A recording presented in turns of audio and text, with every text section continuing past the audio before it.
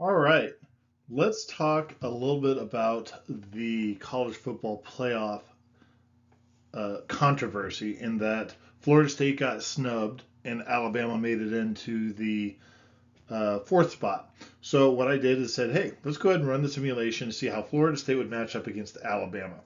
So let's go ahead and take a look at that. So what the model has is Florida State winning, again, a very close game, but it was saying roughly 30. So down here, 30 to 28. But if you come up here to the box plot, as you can see, it is very, very close. Okay. So these two teams, I would say, are definitely evenly matched before the injury to the Florida State quarterback. So these numbers are taking consideration years all of the data to include the last two games with the backup quarterback. So let's come up over here to the top. So the model literally has it 50-50. You see the score, it shows the average. These are the average scores that we see up here. Whereas in the box plot, you're going to have a median of 28 to 28. Either way you slice it, it's a close game. A couple things I would point out is when you come up, you see these green values. Those are the rankings in the individual categories. So it's showing that Alabama actually had a very strong offensive passing game and a defensive passing game as well. Um, Whereas when we come over here to uh, Florida State, saying that they had a really elite defense, and then the rest of it was pretty good. Whereas when you come over here to Alabama, it was also showing that they just really didn't have a very strong passing game. They had a really strong, they didn't have a very strong rushing game, but they had a very strong passing game.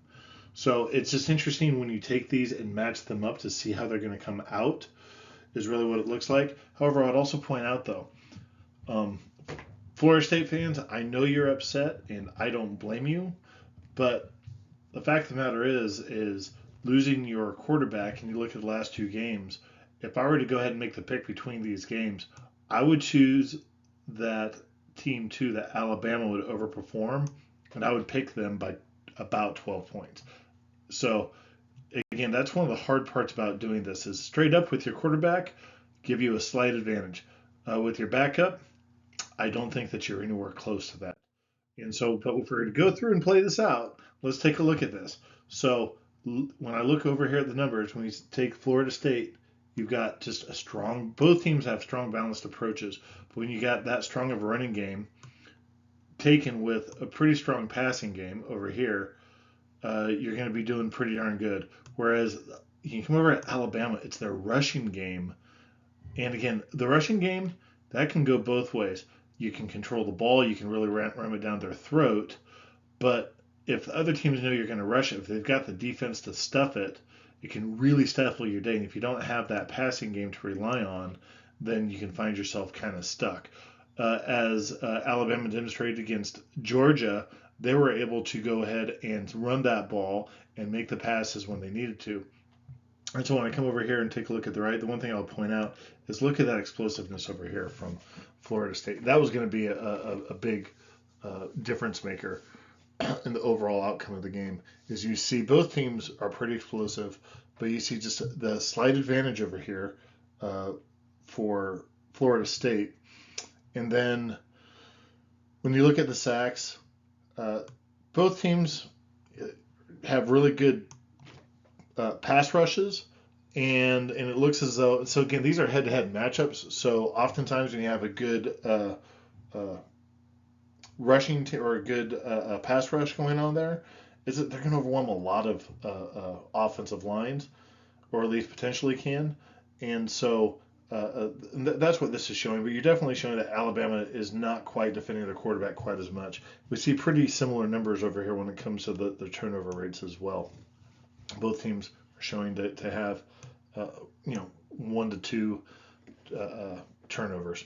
So that's pretty par for the course.